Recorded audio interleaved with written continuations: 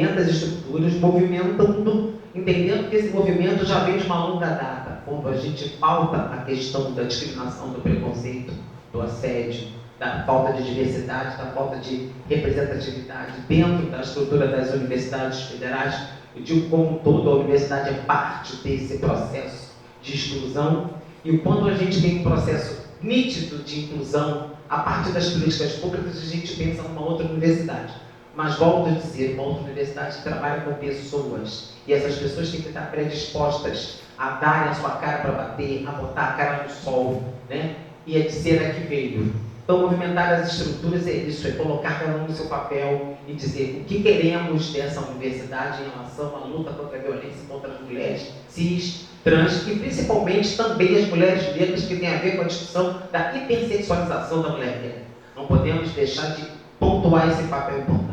E para mim é muito importante uma ouvidoria com 2 mulheres negras. Sou uma mulher do movimento negro e isso é muito importante. A universidade se abre hoje para uma outra lógica de funcionamento, onde a representatividade é muito importante. E eu, parafraseando Djalila, eu digo que lugar de fala não é o que se fala, é de onde se fala.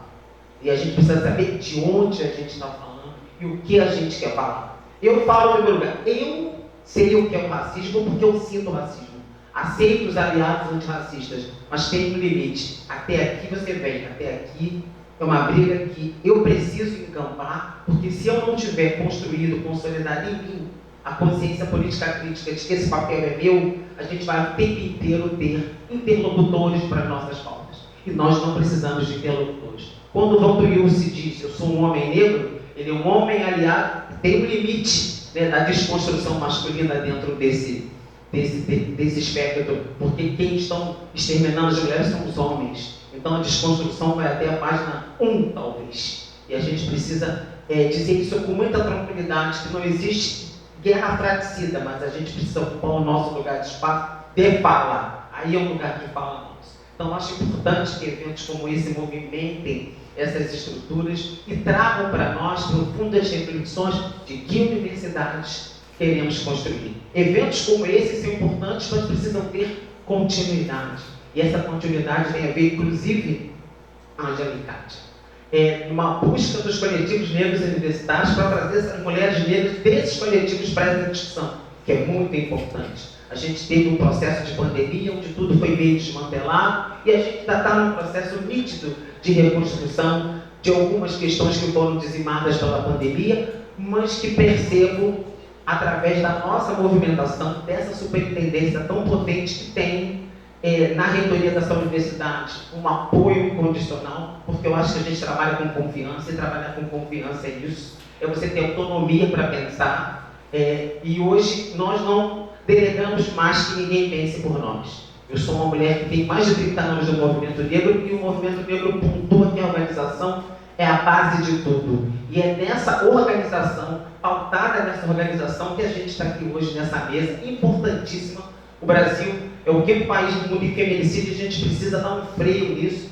O que aconteceu no Cefet nos trouxe, nos deu um soco no estômago, porque mostra a nossa fragilidade institucional, e a gente precisa pensar nisso com muito cuidado, com muita serenidade, que tipo de políticas a gente precisa empreender. Um tempo atrás, um servidor entrou armado dentro da pró-reitoria de pessoal, ameaçou a pró-reitora. Isso é muito grave, né? Em que mundo a gente vive? Nesse mundo, a universidade não está numa bolha, ela vive todas as mazelas sociais que acontecem no mundo, acontecem dentro da universidade, porque nós estamos dentro do mundo. Então, parabéns, Kátia, parabéns, Ângela. Eu acho que nós temos oportunidade hoje de estarmos discutindo essa questão com mais afinco e pensando em cada vez mais de uma corrente de aliados. Hoje é o início dessa movimentação, que essa movimentação ela não para. Quando a Ângela diz que lá atrás a gente criou a Câmara de Políticas Raciais, é que a gente conseguiu tirar a discussão racial de debaixo do tapete. A gente escancarou que a universidade é racista, sim, de um racismo estrutural, institucional, é sexista, é machista, tem todos os istas, mas a gente precisa falar isso frontalmente, sem que isso seja motivo de alguma, não, eu não sou assim, eu não sou racista. O Brasil é um país racista. E o Brasil, segundo Silvio de Almeida, não devemos trabalhar com a concepção individualista do racismo. Ele é estrutural. Então, não é um sou. Quando você fala que não é, você está se retirando do problema. Quando você fala que não é machista, você está se retirando do problema. Então, a gente precisa discutir isso com muita tranquilidade. E esse é um evento que traz para nós essa responsabilidade desta reflexão. Então, a SGADA se coloca totalmente parceira desse projeto, uma superintendência que trabalha a questão racial, a questão da acessibilidade de gênero. Nós temos aí o letramento LGBTQIAPN+, que está rodando na universidade, sendo muito bem sucedido, e vamos descontinuar, vamos nos comprometer com todas as mudanças, porque políticas se fazem com pessoas de carne e osso. Obrigado.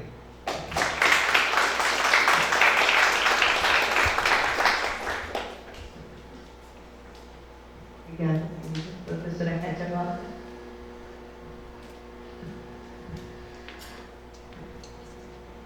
Tudo bem? Tudo, né?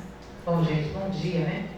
A todas as pessoas. Eu queria primeiro agradecer demais a presença de todas as pessoas aqui, mas, assim, aquelas que aceitaram esse desafio conosco, estão compondo essa mesa, como é a administração central, e aquelas que vão compor a segunda mesa, e outras pessoas que estão aqui, como a nossa querida Ana Paula, diretora da Faculdade de Educação, que trouxe seus estudantes, suas estudantes. Obrigada pela presença. A professora Georgia Tela, que vem lutando, né, em prol do segmento estudantil há tantas décadas, né, Georgia? Tantas décadas, né? Ao Rafael, representando a PR4, a representação da PR7, e a nossa querida representação também, Silvana e Adriana, da MGI. Muito obrigada. Cristina Rich, a gente não tem palavras para agradecer a você, todo o aprendizado e a escola que você constitui enquanto pessoa, Cristina Rich. Muito obrigada. E agradecer a todas as pessoas que estão aqui, inclusive aquelas que estão ocupando os espaços aparentemente invisíveis, né? Precisamos entender como é a lógica e a motivação dessas carteiras aparentemente vazias. Entender essa lógica é a gente entender quantas multidões cada uma de nós, pessoas que aqui estão, podemos representar. Para quantas multidões cada uma de nós que aqui está pode multiplicar, pode facilitar informações valiosas que podem transformar essa universidade como não mais sendo uma universidade racista, como não mais sendo uma universidade que tem um índice de assédios pavoroso, como a gente vem percebendo. Então, pensar sobre essas carteiras aparentemente vazias é pensar nessas multidões que cada uma de nós está aqui representando e trazendo junto conosco. Então, assim, nessa direção de entendimento, eu gostaria de pegar a carona da fala da minha querida irmã Ângela Bretas, carinhosamente chamada de Marida, meu primeiro bom dia, meu último boa noite, no sentido de quando ela diz, olha, primeira vez, fizemos um tempo exíguo, então todas as falhas eu tomo para mim. Não, Ângela, não. Esse processo é um processo de construção coletiva, e no processo de construção coletiva não existe a responsabilidade, existe corresponsabilidades. Somos aqui, todas nós, corresponsáveis por esse momento. E que há um avanço, sim. Sim. Quero também, junto, né, nessa direção, desse texto, desse discurso,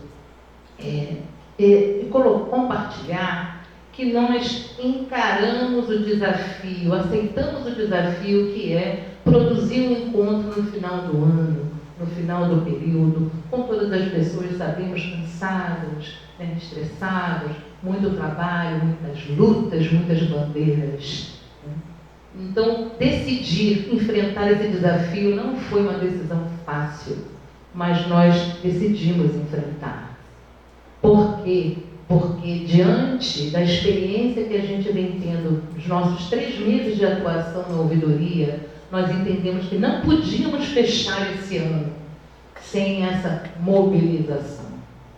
Então, inclusive, do ponto de vista do modelo, né, desse primeiro encontro que inaugura o nosso programa, vocês podem perceber que na parte da manhã nós vamos ter o fomento de debate, mas à tarde nós temos grupos de trabalho que vão se separar em temas, né, comitês temáticos, se assim quiserem chamar, para que no final a gente possa elaborar conjuntamente um documento que indique algumas ações ou ações preliminares para que a gente possa construir, quem sabe, um protocolo e levar esse documento à frente.